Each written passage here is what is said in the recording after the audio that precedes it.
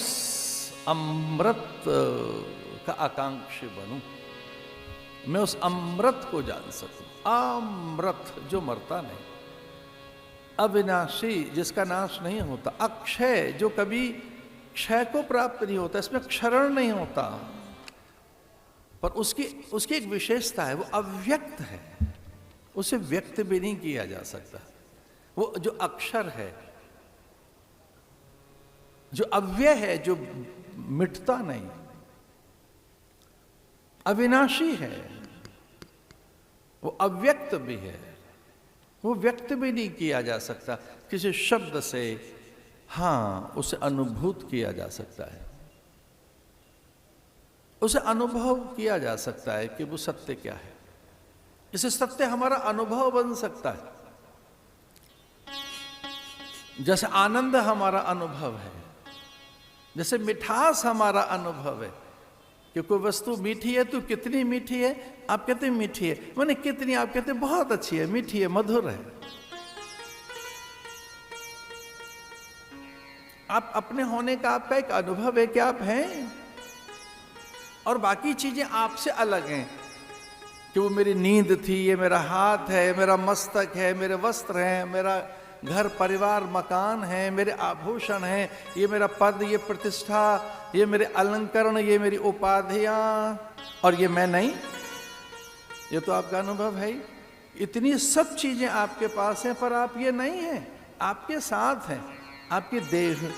ये क्या है? ये तो मेरा हाथ है, ये मस्तक है, ये भुजाएं, वक्षस्थल है, उपस्थ है, ये त्वचा है, रोम है, नख हैं, केश हैं, दंत पंक्तियां हैं, और मुझ में धमनियों में रक्त बह रहा है, रस हैं, पाचक रस हैं। आप तो नहीं है वो ना, मेरे वो पाचक रस है, ये अन्न से बना रस, धातु, वीर्य, मज्जा, मेद।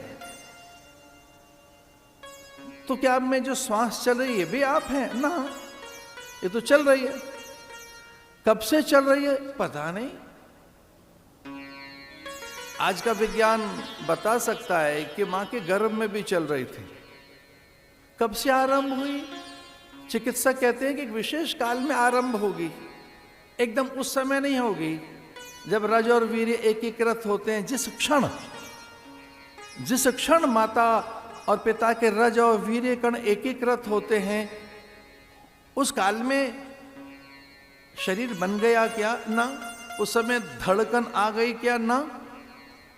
आज के ये चिकित्सक कह सकते आई थी, जो आप में श्वास है जन्म से पहले आ गई थी।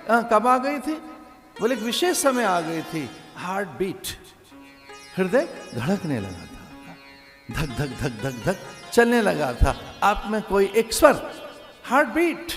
कब आ गई थी? एक समय में आ गई थी। यानी कब आई? जब चेतना आई, चैतन्य आया, जब थोड़ा सा विकास हुआ। तो विकास कब हो गया? जब जन्म हो गया। तो जन्म कब हो गया? बोले भीतर ही हो गया था, माता पिता के रजकण एकीकृत हुए तब जन्म हो गया था। उस जन्म में आकार बढ़ने लगा था, हार्ट बीट आ गई थी। फिर ये तो वो आप हैं क्या? ना। तो फिर कौन था उसमें? हार्ट बीट, रूप, भ्रूण का बढ़ता आकार, सब विज्ञेय। शास्त्र कहता है उसको जानो, वो कौन है? आत्मनम तो तत्विद्धि, उसे पहचानो, वो कौन है?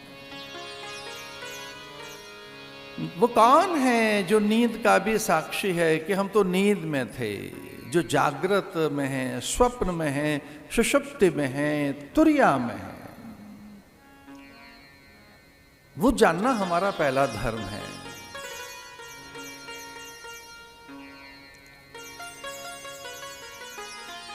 वो अनंत है, चूंकि उस अनंत से हम हैं। वो थोड़ा नहीं है, कब नहीं है, उसमें कहीं अल्पता नहीं है, न्यूनता नहीं है। अल्पता न्यूनता पदार्थों में होगी, अवस्थाओं में होगी। आपके मन का विषय होगा अभाव, आपका नहीं है। आपके मन में अभाव रहते होंगे, आप में नहीं रहते। आपके मन में कमी रहती होगी, वहां सुख दुख रहते होंगे।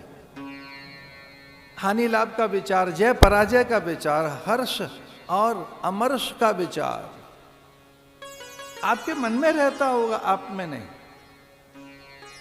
आपके मन में हर्ष रहता होगा, अमर्ष भी रहता होगा, आप में नहीं। अमर्ष कहते हैं दूसरे की प्रगति को देखकर विचलित हो जाना, अन्य की उन्नति, अन्य के उत्कर्ष को देखकर, दूसरों की प्रगति देखकर, दूसरों की अट्टालिकाएं, भूमि विस्तार, उनके वाहनों की कतार, उनका उच्च पद और प्रतिष्ठा, अरे वो आगे कैसे चले गए, उन्हें देखकर आप विचलित और व्याकुल हैं, तो आप नहीं, आपका मन होगा। उसे अमर्ष, उसे अमर्ष कहते हैं। एक हर्ष, एक अमर्ष।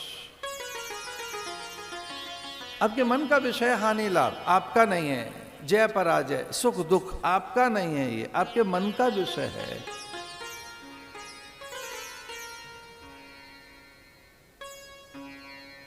निद्रा में ये सब कुछ नहीं होता।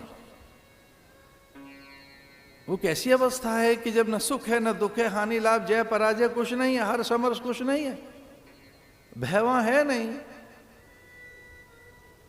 कुछ है तो वो नींद से पहले का विषय है। आंख खुलते ही वो सामने आता है, जो पहली तरंग है। जैसे ही आपकी आंख खुली तो जो सशक्त और समर्थ विचार है वो पहले आता है।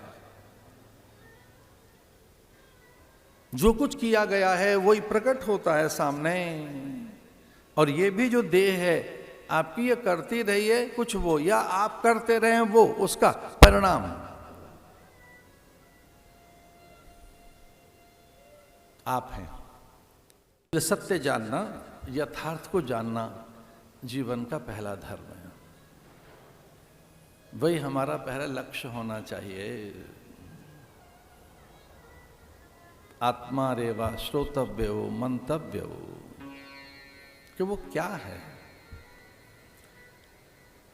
जब जीवन का सत्य हाथ लगेगा तो सच मानिए कुछ चीजें चली जाएंगी, जैसे भय, दुख, क्लेश, कषाय, चिंता, अवसाद, उन्माद।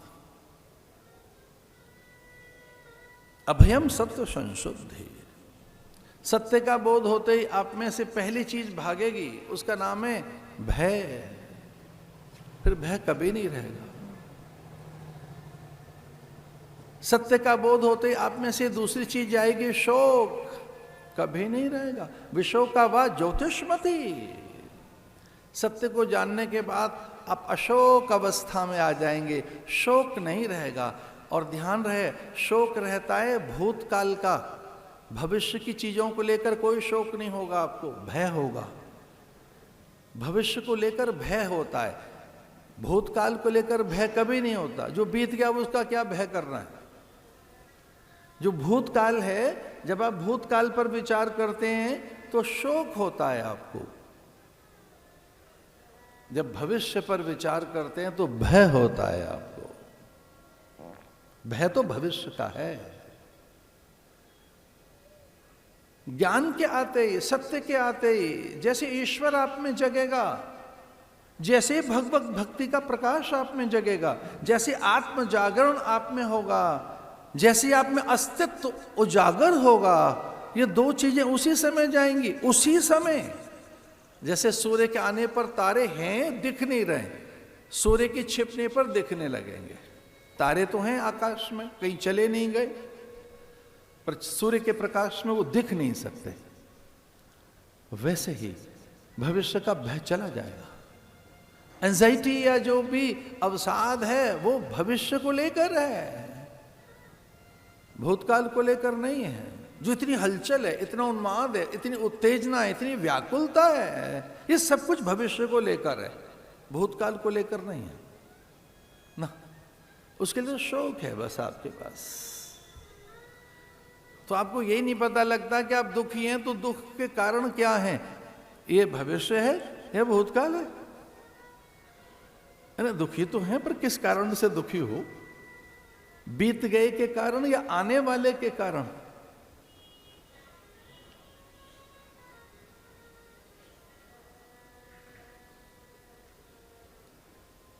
और ये अविद्या के कारण दुख है, अज्ञानता के कारण दुख है। जितने दुख हैं जीवन में, वो सब अज्ञानता के कारण है, अल्पज्ञता के कारण है, सत्य की अनभिज्ञता के कारण है, विचार के अभाव के कारण है। इसलिए हम अगर बुद्धिमान हैं तो अपने दुख को क्यों नहीं भगा लेते? अभयम सत्य संशुद्धि, ऐसा लाओ कि भय नहीं रहे आप के जीवन में।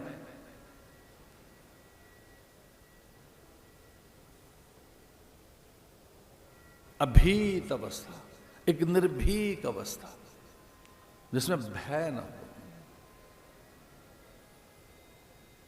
अभिनिवेश के कारण भय कि हमारा खो जाएगा, मान सम्मान यश प्रतिष्ठा पद वस्तुएं परिजन पुरजन बंधु बांधव ये जो अच्छा लग रहा है, और शरीर, इसी के लिए तो भय है ना। कल के लिए आज दुखी होकर बैठे हैं, पहले से तय है कि दुख कर लेते हैं, थोड़ा दुखी हो लेते हैं, कल के लिए, आने वाले कल के लिए अभी से दुखी हो जाते हैं। वाह, बड़े काम में लगे हैं आप तो, कल के लिए आज दुख ले लेते हैं। अच्छे भले बैठे हैं, थोड़े व्यथित हैं, किस लिए? पीछे का याद कर रहे हैं महाराज, जो पीछे हो गया था, पीछे पीछे ये सब हो गया था, ये कहा गया था, ऐसा बताया गया था, इनके ऐसे संकेत थे, इनकी ऐसी मुद्रा थी, इनके भाव भंगिमा ऐसे थे, इनके विचार ऐसे थे। तो अब क्या करना है? थोड़े दुखी हो लेते हैं। अच्छा, कल के लिए जो बीत गया, जो बीती बातें हैं, शोक कर रहे हैं, व्यथित हैं, आहत हैं, त्रस्त हैं।